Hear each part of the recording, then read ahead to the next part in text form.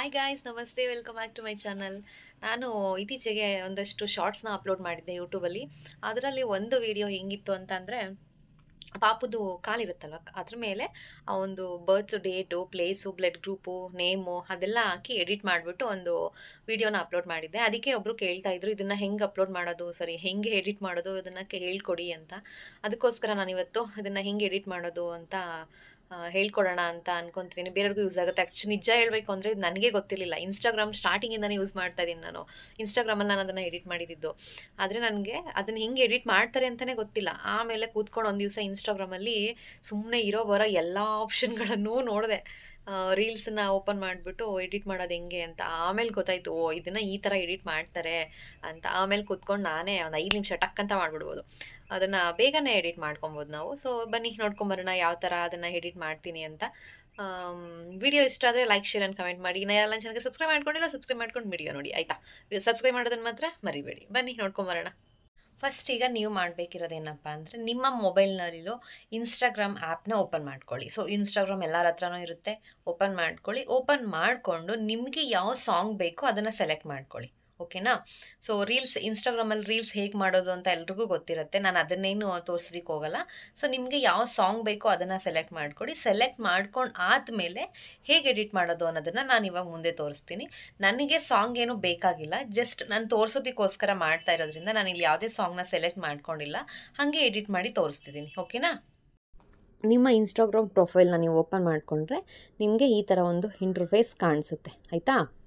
ಇಲ್ಲಿ ಮಧ್ಯದಲ್ಲಿ plus button ಇದೆಯಲ್ಲ, ಅದನ್ನು ಪ್ರೆಸ್ ಮಾಡ್ಕೊಳ್ಳಿ. ಅದಾದಮೇಲೆ ಈ ಥರ ಒಂದು ಇಂಟರ್ಫೇಸ್ ಬರುತ್ತೆ. ನಿಮಗೆ ಯಾವ ಫೋಟೋ ಬೇಕೋ ಅದನ್ನು ಸೆಲೆಕ್ಟ್ ಮಾಡ್ಕೊಳ್ಳಿ. ನಿಮಗೆ ಕಾಲು ಬೇಕಾ, ಕೈ ಬೇಕಾ, ಮುಖ ಬೇಕಾ, ಏನು ಬೇಕೋ ಅದನ್ನು ನೀವು ಸೆಲೆಕ್ಟ್ ಮಾಡ್ಕೊಳ್ಳಿ. ನಾನು ಪಾಪುದು ಇದೊಂದು ಪಿಕ್ಚರ್ನ ಮಾತ್ರ ನಾನು ಸೆಲೆಕ್ಟ್ ಮಾಡ್ಕೊಂಡಿದ್ದೀನಿ. ಅದಾದಮೇಲೆ ಏನು ಮಾಡಬೇಕು ಅಂತ ಅಂದರೆ, ಇಲ್ಲಿ ಕೆಳಗಡೆ ಒಂದಷ್ಟು ಆಪ್ಷನ್ಸ್ ಇದೆ. ಓಕೆನಾ? ಅದರಲ್ಲಿ 3ನೇ ಆಪ್ಷನ್ನ ಸೆಲೆಕ್ಟ್ ಮಾಡ್ಕೊಳ್ಳಿ. ಅಲ್ಲಿ ಎ ಪಕ್ಕ ಇದೆಯಲ್ಲ, ಅದಲ್ಲ, ಅದ್ರ ಪಕ್ಕದ್ದು 3ನೇ ಆಪ್ಷನ್ ಇದೆಯಲ್ಲ, ಅದನ್ನು ನೀವು ಇವಾಗ ರೆಡ್ ಬಟನ್ ಕಾಣಿಸ್ತಿದೆ ನೋಡಿ, ಅದ್ರ ಮೇಲೆ ನೀವು ಕ್ಲಿಕ್ ಮಾಡಿಕೊಂಡ್ರೆ ಈ ಥರ ಒಂದು ಇಂಟರ್ಫೇಸ್ ಬರುತ್ತೆ. ಅಲ್ಲಿ ಮೇಲ್ಗಡೆ ಒಂದು ಸರ್ಚ್ ಬಾರ್ ಅಂತ ಇದೆ ನೋಡಿ, ಸರ್ಚ್ ಅಂತ ಕೊಟ್ಟಿದ್ದಾರೆ. ಅಲ್ಲಿ ನೀವು ಸರ್ಚ್ ಮಾಡಬೇಕು. ನಿಮಗೆ ಏನು ಬೇಕೋ ಅದನ್ನು ನೀವು ಸರ್ಚ್ ಮಾಡ್ಬೋದು. ಅದು ನಿಮಗೆ ಅಲ್ಲಿ ಪಿಕ್ಚರ್ ಬರುತ್ತೆ. ಈಗ ಎಕ್ಸಾಂಪಲ್ ಹಾಸ್ಪಿಟಲ್ ಬೇಕು. ಓಕೆನಾ? ಹಾಸ್ಪಿಟಲ್ ಸಿಂಬಲ್ ಬೇಕು. ಹಾಸ್ಪಿಟಲ್ ಅಂತ ಟೈಪ್ ಮಾಡಿದ್ರೆ ಅಲ್ಲಿ ಒಂದಷ್ಟು ಹಾಸ್ಪಿಟಲ್ ರಿಲೇಟೆಡ್ ಆಗಿರೋದು ಒಂದಷ್ಟು ಸಿಂಬಲ್ಗಳೆಲ್ಲ ಬರ್ತಾ ಹೋಗುತ್ತೆ. ಅದನ್ನು ನೀವು ಸೆಲೆಕ್ಟ್ ಮಾಡ್ಕೊಳ್ಳಿ. ಸೆಲೆಕ್ಟ್ ಮಾಡ್ಕೊಂಡ್ಮೇಲೆ ಈ ಥರ ಅದನ್ನು ಸೈಜು ನಾವು ಚಿಕ್ಕದು ಬೇಕಾದರೂ ಮಾಡ್ಕೊಬೋದು, ದೊಡ್ಡದು ಬೇಕಾದರೂ ಮಾಡ್ಕೊಬೋದು. ಮತ್ತು ಎಲ್ಲಿಗೆ ಬೇಕೋ ಅಲ್ಲಿಗೆ ಡ್ರ್ಯಾಗ್ ಮಾಡ್ಕೊಂಡು ತೊಗೊಂಡೋಗ್ಬೋದು. ಹಾಸ್ಪಿಟಲ್ ಆಯಿತು. ನೆಕ್ಸ್ಟ್ ಇವಾಗ ನನಗೆ ಇನ್ನೊಂದು ಏನು ಬೇಕು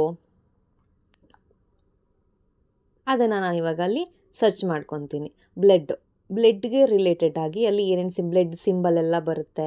ನಿಮಗೆ ಯಾವ ಸಿಂಬಲ್ ಬೇಕೋ ಅದನ್ನು ನೀವು ಸೆಲೆಕ್ಟ್ ಮಾಡ್ಕೊಬೋದು. ನಾನು ಈ ಥರ ಒಂದು ಸಿಂಬಲ್ನ ಸೆಲೆಕ್ಟ್ ಮಾಡ್ಕೊಂಡಿದ್ದೀನಿ, ಆಯಿತಾ?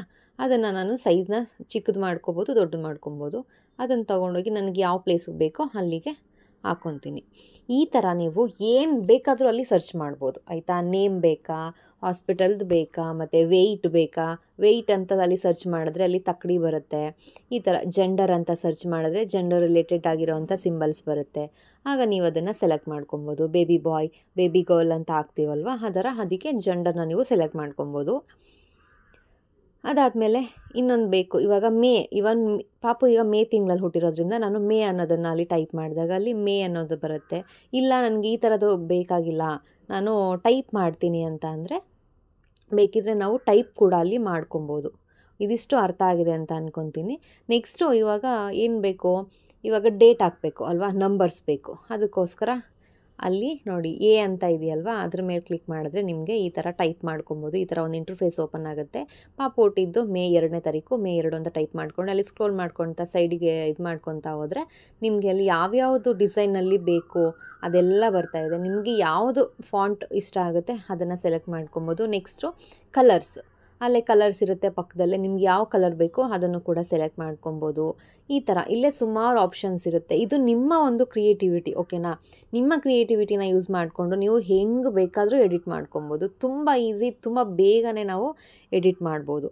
ನಿಮಗೆ ಇದು ಅರ್ಥ ಆಗಿದೆ ಅಂತ ನಾನು ಅಂದ್ಕೊತೀನಿ, ಓಕೆನಾ? ನೋಡಿ ಈ ಥರ ಆಯಿತು. ಸೊ ನೆಕ್ಸ್ಟು ಇದನ್ನು ನಾನು ಶೇರ್ ಮಾಡಬೇಕು ಅಂತ ಅಂದ್ಕೊಂಡ್ರೆ ಅಲ್ಲಿ ಶೇರ್ ಆಪ್ಷನ್ ಇದೆಯಲ್ಲ ಕೆಳಗಡೆ ಬ್ಲೂ ಕಲರ್, ಅದ್ರ ಮೇಲೆ ಕ್ಲಿಕ್ ಮಾಡಿದ್ರೆ ಅದು ಶೇರ್ ಆಗುತ್ತೆ. ನಾನು ಇದನ್ನು ಶೇರ್ ಮಾಡ್ತಾ ಇಲ್ಲ, ಹಾಗಾಗಿ ಸೇವ್ ಡ್ರಾಫ್ಟ್ ಅನ್ನೋ ಬಟನ್ ಮೇಲೆ ಕ್ಲಿಕ್ ಮಾಡ್ಕೊತೀನಿ, ಅದು ಸೇವ್. ನೋಡಿ ಈ ಥರ ಎಡಿಟ್ ಮಾಡಬೇಕಾಗುತ್ತೆ. ಓಕೆನಾ? ಇದಿಷ್ಟು ನಿಮಗೆ ಅರ್ಥ ಆಗಿದೆ ಅಂತ ನಾನು ಅನ್ಕೊತೀನಿ. ನಾನು ತುಂಬ ಸಿಂಪಲ್ಲಾಗಿ ಹೇಳೋದಕ್ಕೆ ಟ್ರೈ ಮಾಡಿದ್ದೀನಿ, ತುಂಬ ಡ್ರ್ಯಾಗ್ ಮಾಡಿಲ್ಲ, ಚಿಕ್ಕದಾಗಿ ಶಾರ್ಟಾಗಿ ಹೇಳೋದಕ್ಕೆ ಟ್ರೈ ಮಾಡಿದ್ದೀನಿ. ನಿಮಗೆ ಅರ್ಥ ಆಗಿದ್ರೆ ಅರ್ಥ ಆಯಿತು ಅಂತ ಕಮೆಂಟ್ ಮಾಡಿ. ಓಕೆನಾ? ನಿಮ್ಗೆ ಏನೇನಾದರೂ ಡೌಟ್ಸ್ ಇದ್ದರೆ ನನಗೆ ಕಮೆಂಟ್ ಬಾಕ್ಸಲ್ಲಿ ತಿಳಿಸಿ, ನಾನು ಅದನ್ನು ಕ್ಲಿಯರ್ ಮಾಡೋದಕ್ಕೆ ಟ್ರೈ ಮಾಡ್ತೀನಿ. ವಿಡಿಯೋ ಇಷ್ಟ ಆಯಿತು ಅಂತ ನಾನು ಅನ್ಕೊತೀನಿ. ವಿಡಿಯೋ ಇಷ್ಟ ಆದರೆ ಒಂದು ಲೈಕ್ ಕೊಡಿ. ಲೈಕ್ ಕೊಟ್ಟರೆ ನಿಮಗೂ ಇಷ್ಟ ಆಗಿದೆ ಅಂತ ನನಗೆ ಗೊತ್ತಾಗುತ್ತೆ. ಇಷ್ಟ ಆದರೆ ಒಂದು ಕಮೆಂಟ್ ಹಾಕಿ, ಅದರಿಂದ ನನಗೆ ಗೊತ್ತಾಗುತ್ತೆ. ಓಕೆನಾ? Thanks for watching.